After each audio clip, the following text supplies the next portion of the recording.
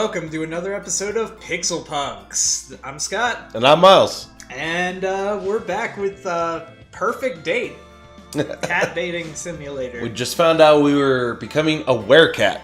Yeah, so now we're going to see what that implies. Alright. See what that entails. We'll just dive right into it. After a rather painful journey, I am very grateful to finally limp into camp. I have just enough time to get myself tidied up for work, and I am about to peel off my filthy pajamas when I hear my catalog beeping. I have a message, but I can't tell who it's from. It's not from any of the contacts that Professor Popper programmed into it. In fact, there's no contact information at all. Messages. Unknown number. Are you sure it is wise to trust everyone? Anyone? What on earth does that mean? Oh, maybe I shouldn't have helped the cats. Messages. Me. Who is this? There's a lot you don't know. Think carefully about who you confide in. Before I can think of a reply, the messages are gone and my catalog has no record of them.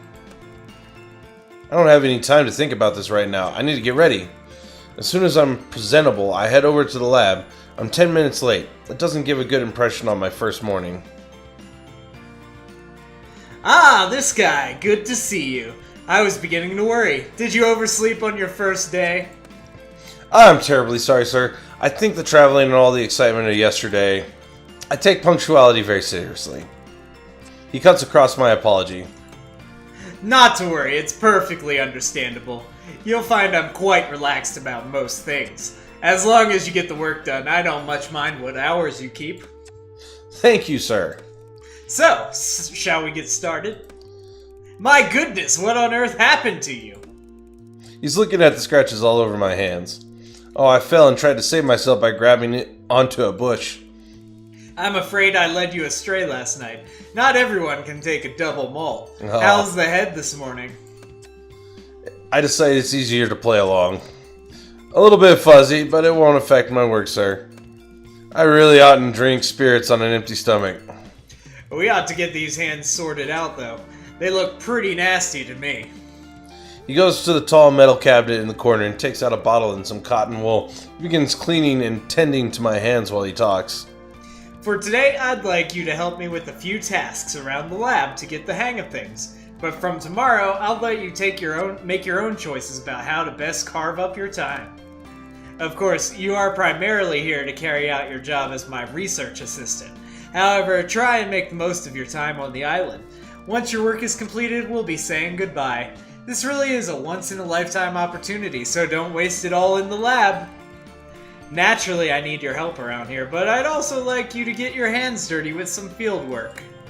Make sure you spend time exploring the island. It's a beautiful place, and there's a lot to see. Take the time to get to know the cats. A full understanding of their behavior is crucial to our research. There's plenty to see and do, however you must be careful not to overwork. Take regular rest and relaxation. We don't want you to burn yourself out now, do we? I'll try to get the balance right. That's the spirit. So there you are. He's done a first-class job on my wounds, and they aren't bothering me nearly as much. Spend the rest of the day with the professor, getting to know the various pieces of equipment in the lab work. Finding out where everything is, and learning some of the basic duties I will be performing routinely. By the end of the day, I'm exhausted. I make my way to my tent. I'm about to flop down on my bed when I see a package poking out from underneath it. It's the reports that Kibbles promised to deliver. The cats were right. The previous person barely made a start on producing an antidote. I'm gutted and worried. What if I can't do anything better? Will I just turn into a cat? I decide that's not an option and resolve to get going on my own research into it tomorrow. My instincts tell me that the cats will be a good starting point. I have a feeling they know a lot more than they're prepared to tell me. I need to gain their trust and see if I can't get them to open up a bit. I'm sure I'll make more progress if I focus on one at a time. I'm optimistic that one-to-one sharing will prove fruitful. It's a small glimmer of hope. Tonight, I'm not fit for anything. I can barely even write in my journal before I fall asleep. First morning of waking up on the island. I'm so excited to discover what the day will bring. Should I jump straight into lab research? Or maybe it would be wise to start investigating a way to help these cats and find a cure for myself.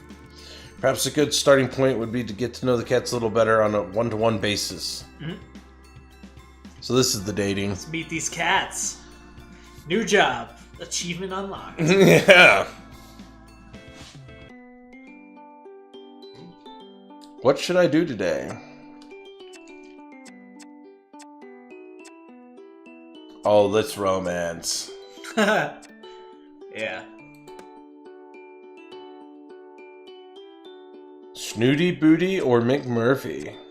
Do Snooty Booty. Ugh. I mean, she is the only female. I'm splayed out like a starfish on the beach in my bathing clothes.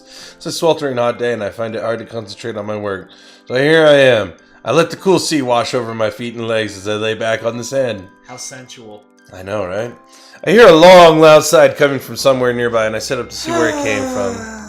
Snooty Booty, in repose, under the shade of the palm tree, is looking about her with a concerned expression, one that I'd never really seen a cat make before. I go over to her to see if I can help with something. Are you okay, Snooty Booty? She lets out another long, wistful sigh. To be quite frank with you, human, no, I am not okay. I cannot expose this delicate skin of mine to the sun, but there is something I need to retrieve from further down the beach. It is quite the predicament. All right. Want me to fetch it for you? Oh, would you really be so kind, human? I would be very grateful. Sure, it's no problem. We can't have you putting that delicate skin of yours at risk, can we? Snooty Booty looks grave. Oh, man. Indeed not. Skin care must come above all else, don't you know? This is weird. One must never expose one's skin to the elements, human. It really is quite aging. One must also never get stressed if one wishes to retain one's youthful aura, which is rather difficult on this frightful island. Oh, I know. Believe me. How do you know? Are you stressed? Oh no, that would upset me terribly. Really? That's sweet of you. Of course, you really are a precious thing. I do so hope you are finding your time here pleasant. Don't worry about me, Snooty Booty. I'm fine. Now, what was it you'd like me to get for you? Well, before I tell you, I must ask that you don't inform the others of the whereabouts of this particular item. Oh, a scandal. It is very dear to me, you see, and one of the few luxuries I have all to myself. Of course, that's no problem. It's a ball of yarn. I can be discreet when I need to be. I do hope so, human. You see, along the beach, just south of here, there is a tree which bears the ripest of coconuts all year round. It is quite splendid. The coconuts are always so sweet and creamy. Snooty Booty looks as if she's lost in a wonderful dream. Ambrosia! Sounds lovely? It is! I love to drink coconut water as often as I can, as it is so good for the skin and waistline. But the less civilized denizens of the island keep knocking the coconuts down before they're fully matured. Fortunately, no one else seems to have discovered this particular tree yet. Well, okay, Snooty Booty. I'll try to find some coconuts for you. I'll be back soon. You have my thanks, human. This is awkward. I've been walking for a lot longer than Snooty Booty led me to believe. I'm not sure if this is even the right tree. They all look the same to me. Although this one does seem to have more coconuts on it than the others. I decide to take a chance and bundle up as many as I can carry in my arms and haul them back to her ladyship. By the time I get back to Snooty Booty, I'm faint from the exertion, not to mention walking so far in the sun. I fall to my knees, panting in front of her. Here you go, Boots. She eyes the pile with a distinct air of disapproval. I only needed one coconut, human. Oh. These are far too many. Well, what am I to do with all these coconuts? I do apologize, madame. Tell me you didn't plunder the tree. No, there were plenty on the ground already, so... Oh well, that's a small mercy. At least you didn't hack them down. Hack them down? With what? Well, your hands are rather large and leathery. Oh, nice. Snooty Booty! I do not use my hands for deforestation. Wow. Well, I'm sure you did your very best, although I really don't know what I'm going to do with so many coconuts. I've got a lovely bunch of coconuts. You're welcome, I'm sure. I look down at the pile of coconuts and it strikes me properly for the first time how strange it is that there are no creatures on this island to plunder them. What do you think it is, Snoots, that keeps wildlife away from the island? Do you mean the magnetic barrier? Magnetic barrier? Oh, do keep up, human. I thought you were meant to be a scientist. I realize she must be referring to the force field that surrounds the island. Now, be a dear and crack one open for me. With my enormous hands? Well, you could try, I suppose. I push down the irritation that is slowly rising in me and smile politely. On second thoughts, I'll be right back with a screwdriver. A what? Snooty Booty looks horrified. It's a sharp metal tool that bores into things. What on earth do you need one of those for? So that I can make a hole to get the water out of the coconut. How else would you propose I do it? Well, look around you, dear. Look at nature's bounties. What about that? Snooty gestures at a limp paw with a limp paw at a shard of rock nearby. Snoots, how do you usually get the water out of a coconut when there isn't a human around? Well, the exuberant Kibbles simply loves to break things. Have you not noticed? It's one of the few reasons I tolerate him, don't you know? Far better than one of your screwl dribblers, don't you think? I reach over and pick up the rock. It does look like it could actually do the job. Okay, let's give it a try. Here it goes. Holding the coconut in a palm leaf, I gently tap the shell a few times with the stone before finally whacking it. It cracks open surprisingly easy and the water drains into the leaf. There now, see how nature provides, human? Yep, again you're welcome. Quite. Snooty Booty stretches her neck and then upper body towards the leaf, sticks her tongue out as far as it can go before raising her big eyes to me.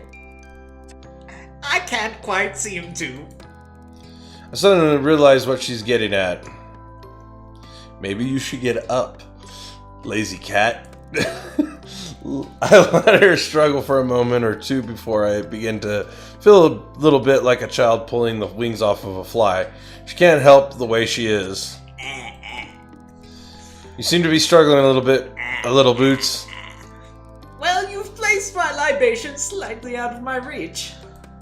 Oh, I'm sorry. Would you like me to help bring it a little closer, perhaps? Well, of course I would, human. Are you being deliberately obtuse? Possibly. I would very much like to help you, Snoots, but you make it rather difficult. How? I don't understand. I've been perfectly clear in my instruction. You see, I'm under a spell. It's a very powerful one, which prevents me from following any instructions unless accompanied by some magic words. Oh, would you care to enlighten me?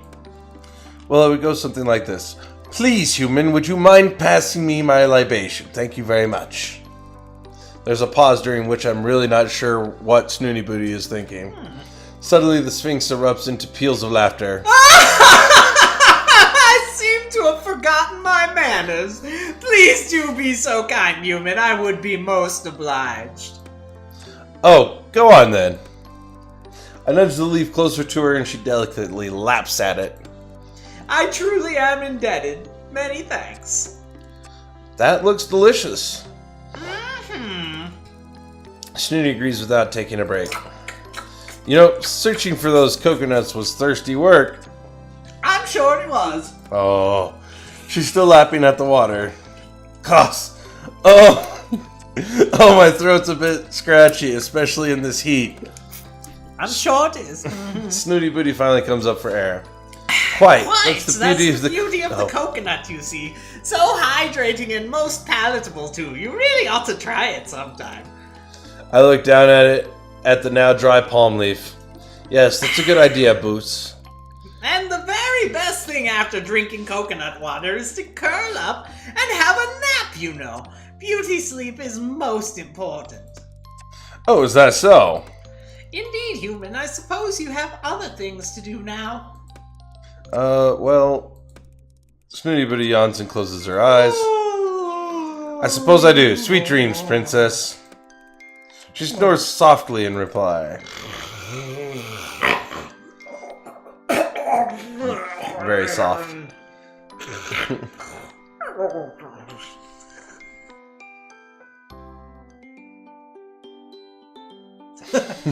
Alright. Alright. Well, I'm at 1.4% on this antidote now. After cool. that romancing. Ugh. how did you... Oh. Okay, then. I don't know. Well, I think that's gonna do it for this episode. I agree. Yeah. The romancing some cats now, finally. Cool. Yeah. Snooty Booty, you're the first one on my list. Okay. So, anyway, if you like what you saw, hit the like button. If not, hit the dislike button. Leave us a comment. And subscribe for more cool videos about cats and dating cats and such danger zones on islands. Alright. Anyway, I'm Scott. I'm Miles. And this has been Pixel Punks. We'll see you in the next episode. Thanks for watching. Have a good one.